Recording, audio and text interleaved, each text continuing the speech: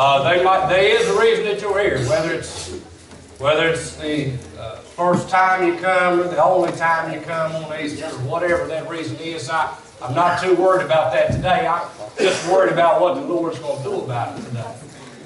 I do want to say, and I understand that Sunday school is different than the worship service we're going to have a little later.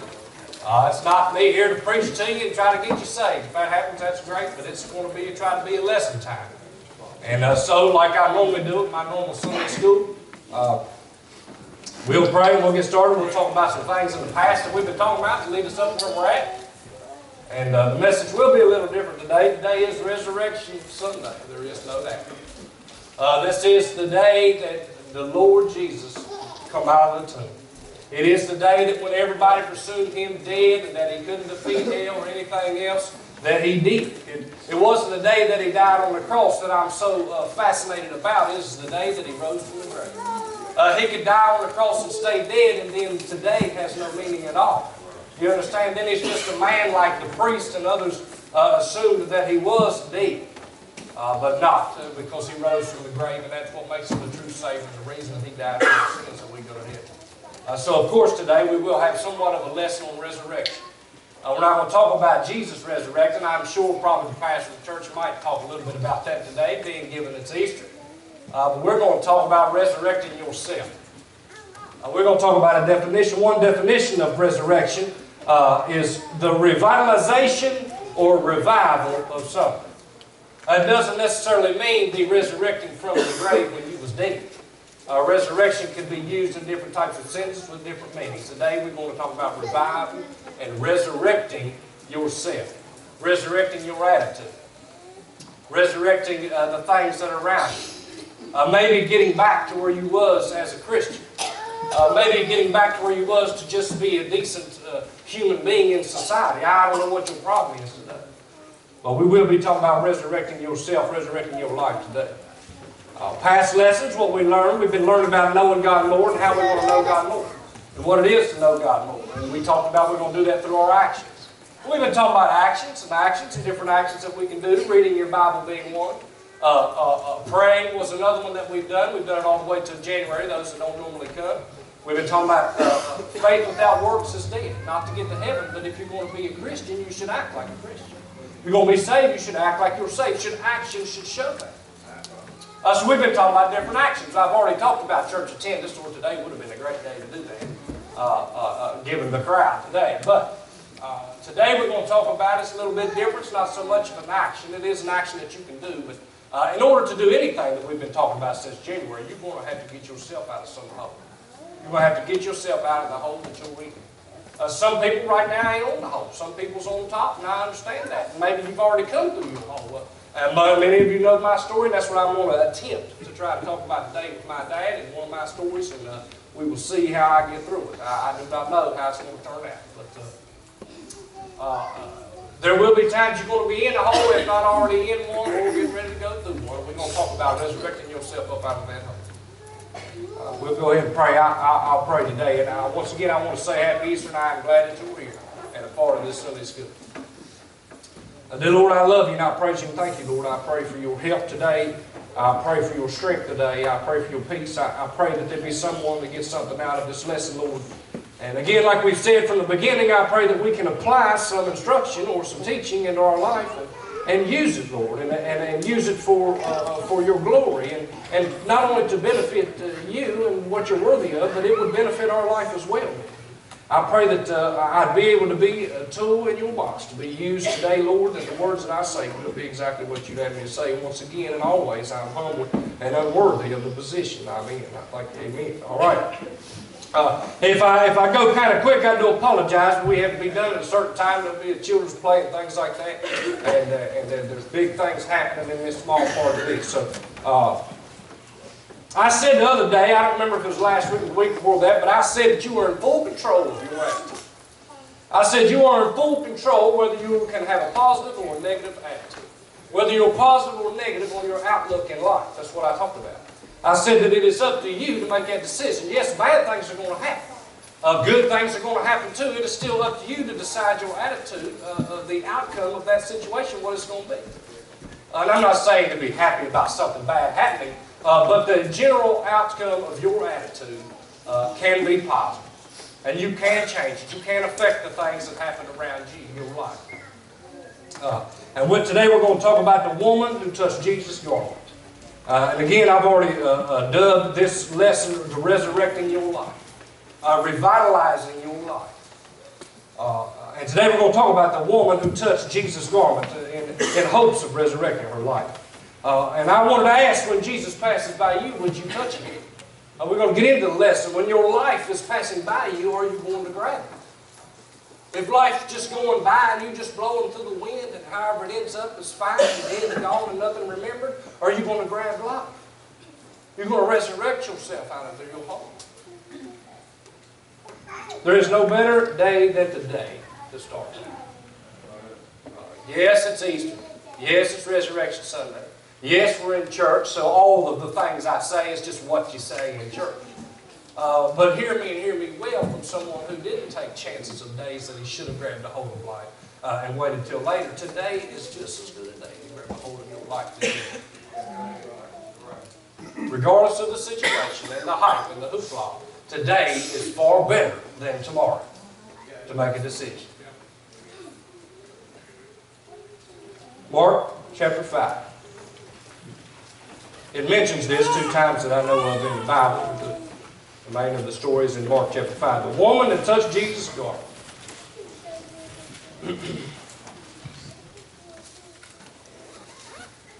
I think we start in verse 21, Brother Jordan.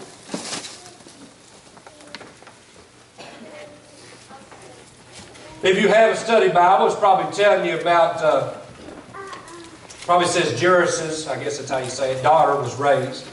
There was another point in this whole story that they're talking about. Jesus on his way to save a man's daughter. And this happened along the way. We go in 21. You can read along if you wish. 21 through 34. When Jesus was passed over again by ship unto the other side, much people gathered unto him, and he was nigh unto the sea. And behold, there cometh one of the rulers of the synagogue, Jairus, is who I was talking about, by name. And when he saw him, he fell at his feet. He besought him. He asked him greatly, saying, My little daughter lieth at the point of death. He said, My daughter's about to die. Please, Lord, I pray thee, come and lay thy hands on her, and she may be healed, and she shall live. This man had enough faith to understand from miracles before and past and what God can do, what Jesus was doing. He had faith to say, I need my daughter saved too. He pushed through whatever crowd there was, or made it out to the ship, or whatever he had to do to get to the Lord, and he got down on his face and said, Please, Lord, save my daughter. So Jesus decided to go with him in verse 24. It said Jesus went with him, and much people followed him and thronged him. Definition of throng, there's a few, but it's basically just a very densely packed, crowd, a densely populated crowd, or a lot of people around, pushing and pulling, almost like a concert. Have you ever been to a concert? People get crammed and packed in there and push all over each other. Well, that's what was going on. People wanted to get close to Jesus. They wanted to ask him questions. They wanted to maybe get healed. I don't know what all they was wanting, but you could imagine a man doing this at this time would be pretty popular. And a multitude of people thronged him, it said, was all over him. And a certain woman through all this commotion and carrying on, which had an issue of blood 12 years. She had some kind of a problem, a bad infirmity, if you will, of some type of blood for 12 years, forever, it says. Which would seem like a long time. And verse 26 had suffering many things of many physicians. She went to plenty of doctors to ask to try to get help. Nobody could help her. There was no fix for her. And had spent all that she had. She was broke. She spent everything she had for trying to get help. And nothing was better. There was no good. But rather grew worse. When she had heard of Jesus, came in, the press behind. When she had heard of Jesus, came in, pressed behind, and touched his garment. She pushed in as hard as she could. I don't know the situation there, but she worked and fought through that crowd. And the only thing she could do was reach out. And I don't think she was thinking in her mind, if I can only touch his garment. We talk about that a lot. But maybe she was like, if I can grab a hold of him, if I can even get a hold of his leg. I don't know what she was thinking. But in that thronging crowd, all she could do was reach out and just barely touch his garment. With the faith that wanted to be healed. It said, touch his garment. For she said, if I may touch but his clothes, I shall be whole. She knew if I just get a hold of anything, I will be fixed. Everybody else is fixed. Why wouldn't he fix me? And straightway the fountain of her blood was dried up. She was healed, and she felt in her body that she was healed of that plague as soon as she touched that garment. And Jesus, immediately knowing in himself that virtue had gone out of him, turned about in the press, in the people, and said, "Who touched my clothes?" And his disciples said unto him, and in Luke, I believe, is where Peter was, he said, the one that said to him, Peter was kind of like, all these people, and he was wondering who's touching you, we're all touching you. The disciples was probably around him fighting people off, is what I would say. Keep away, it's okay, we don't want to hurt him or whatever like that. But anyway, in our text for today, it says, and his disciples said unto him, "Thou seest the multitude thronging thee, and sayest thou, Who touched me?" They thought that was kind of weird. Why? We have no idea who touched you, Lord. And he looked around about to see her that had done these things. But the woman, fearing and trembling, knowing that it was her that done it, said, what was done in her, came and fell down before him and told him all the truth. And he said unto her, "Daughter, thy faith hath made thee whole." Amen. He told her, "Get up, go in peace and be whole of thy plague," is what the verse says. Basically told her, get up and go on. Get up and continue your life. Get up and be happy. Get up, you are healed. There's no more time to drown in your 12 years of sorrow. There's no more hurt there. You must get up and go. Go in peace and be whole. Some of the things in the verse is she had a dreadful infirmity in her body that I wrote down. She was sick and could not be healed by anybody. She was at her rope's end. It was 12 years long, every day, dying each day.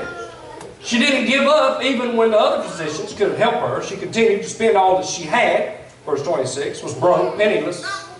She must have been spent both physically and mentally. You can only imagine if everybody that you went to and spent all that you had to fix yourself, nobody could help you, I'm sure. Not only physically on her illness, but mentally would be her man. And no one else could help. She was broken down by the long illness. She could have been depressed, and I'm sure there was times of depression. After all this, she didn't take no for an answer. She decided to give Jesus a try. After all that she had went through and all that she had been through and all that she knew that she could do in her own mind, her own powers, and the powers of man continued to fail her, she never gave up. She still considered and decided to give Jesus a try. Give Jesus a try to fix her mess, fix her life, fix what only he could fix. After nobody else could fix it, was broken, beat down. It's a short lesson given certain circumstances of today. And usually in my Sunday school I might have a story that I print out, or a story that I can give you of some kind of a legend, or somebody in a history book, or Olympians, or a president, or someone that did something that everybody knows about. Today I don't have a story. But of one man who is my hero in this earth, is my dad. The only story I can give you today is one of myself.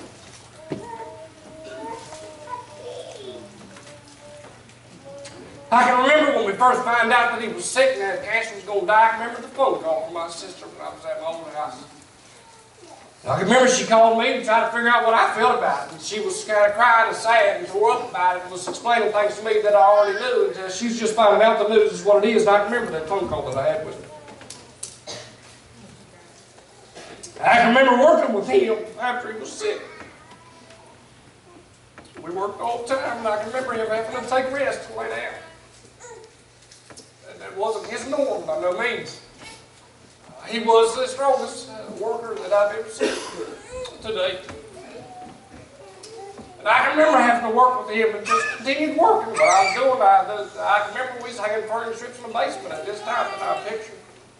He had to lay down on the couch or by the TV in my basement while I continued to work. It was strong about it. I can remember sitting in the hospital when he was finally on his last hour. He was in there. And I can remember sitting in that chair just looking out the window, and I was beat down and I was scared. And I was just thinking, God, what are you doing, man? What are we going to do? I wasn't really praying that he'd be healed. I just was wondering what God was doing. I said, what's the deal?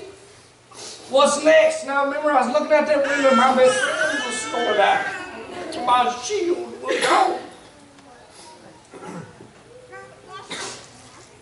And I felt lost, and I felt unprepared. I felt weak, and I thought my joy was gone. I'm going to have to raise my kids without him. He never even got the chance to see Isaac, who was born a month later after he died. He never even got the chance to see him. All these things went through your head, and that I can't make it without my friend. I can't do it, I can't make it, I can't do it. It's what I thought. Maybe nobody else knows it, but this is what I'm battling. This is what this woman was battling for 12 years of her life. She couldn't make it no more. Then I remember what my dad would say if he would be there. He'd say, he said, didn't I teach you how to live, my son? Didn't I teach you about discipline? Didn't I teach you right from wrong? He would say, didn't I teach you how to work with your hands and make something of yourself? He said, didn't I teach you to be independent and make on your own, and that you can make it on your own? He said, didn't I teach you to be strong, son, and fight in adversity? Didn't I teach you to keep going against all odds? Yeah. While I was here, didn't I teach you to love and take care of your family at all costs? Where is the boy that I raised to be a man? He will say. Where is the boy that I raised and was proficient in things that he done when I was around? Where is the Marine that I was so proud of? So why can't you make it while you're down? Did me and your mother not raise you to be the best we could? Did I not love you? And as I thought about all those things in my life as it's been crashing down, and sometimes I still think about those things, my answer is yes.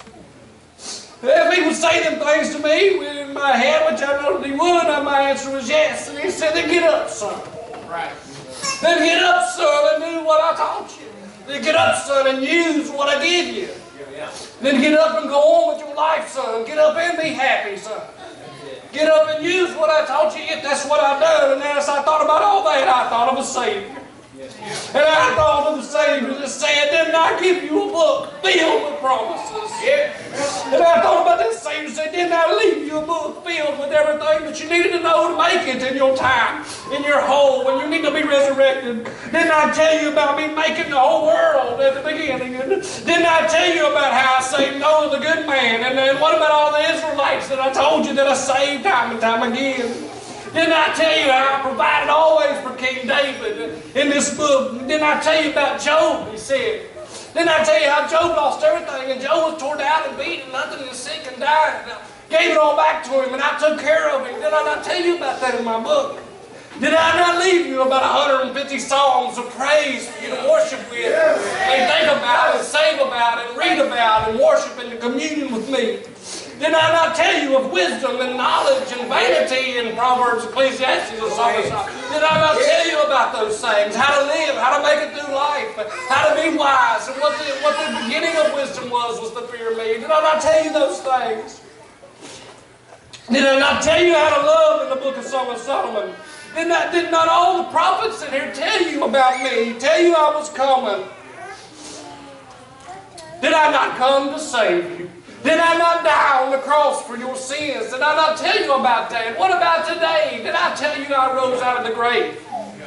Didn't I tell you that? He said, didn't I defeat death, hell, and the grave? Didn't I not build the church to tell you of me? Did I not say I will come back for you? Right, yeah. Did I not love you? My answer is still yes. Jesus, you did. Teach us everything we need to know to get up, to resurrect yourself, to revitalize yourself in this life. As my dad taught me how to make it in this world, Jesus has taught you how to make it in this world. If no one else can fix things, my dad can't fix things no more, he's gone. My Jesus can still fix things. My Jesus can still work on things. And not only do I just talk about it because I am living it, because I can read it. He gave it to us. He explains it to us many a time in here, how to teach us to live and to make it in times of adversity. Refuse to let your bad situations determine your life. I told you at the beginning, and this is a tad bit different Sunday school lesson, I told you at the beginning that it's up to you to determine your attitude. It's up to you to resurrect yourself. God's there waiting. His hand is outstretched waiting. You've got to grab it. You've got to touch His garment. There's going to be many problems in front of you, just like the poor woman. The multitude was thrown in there. She couldn't just make it through. She was frail. She was dying for 12 years. She still pushed through to touch that garment. When life passes you by, will you grab it? When Jesus passes you by, will you grab it? If you do not grab it, it is no fault then of your own in your circumstance. It's not Jesus' fault that you can't get up and grab it. Be happy in Jesus' name. That's all I had today. That's all I had today. There'll be times of adversity. There'll be times when you're struggling. There'll be times when you can't make it. I've lived through death, still living through illness with my son. I know what it's like. Everybody has their own circumstances, I know, and sometimes it seems like you can't make it. I know, and there's worse situations than mine, but I'm here to tell you, God has left plenty for you in this book to help you make it. You just got to decide to make it. You got to decide to say, yes, Lord, I will resurrect myself with your help. I can do it. I can make it. I can be happy. I have found that my joy is not gone, and that is great. Right. I have found that my strength was not gone, my dad's great. I have found my children can still make it without my dad when he's in his grave. I have found out, sometimes the hard way, but found out that the Lord can take care of everything I got. If I make a decision to grab it. Just like that woman did. If she didn't decide to work through that crowd, she'd have never got fixed, I believe that. Still had the same faith. He said your faith has made you whole. She still had the same faith before she done that. She still knew that He could heal him, but she had to make a decision to fight through to touch him. She sat back at the well, wherever she was at during that crowd of multitude, things throwing and going on. If she'd have just sat there and said, I know He can heal me, but I just ain't going to try. She wouldn't have been healed. You got to go after your own positive attitude. You got to go after your own positive outlook. You got to go after Jesus. If anybody else can't help you, He will help you. It's got to be your decision. We're going to have a children's program coming up. It'll start promptly at 11. If not so, I don't know. But, the kids will do something, and they wanted me to say the bus kids, or whoever takes care of them, make sure all the kids stay in here until after the play and all that, and then they'll go and do their thing. So that's all I have. Thank you.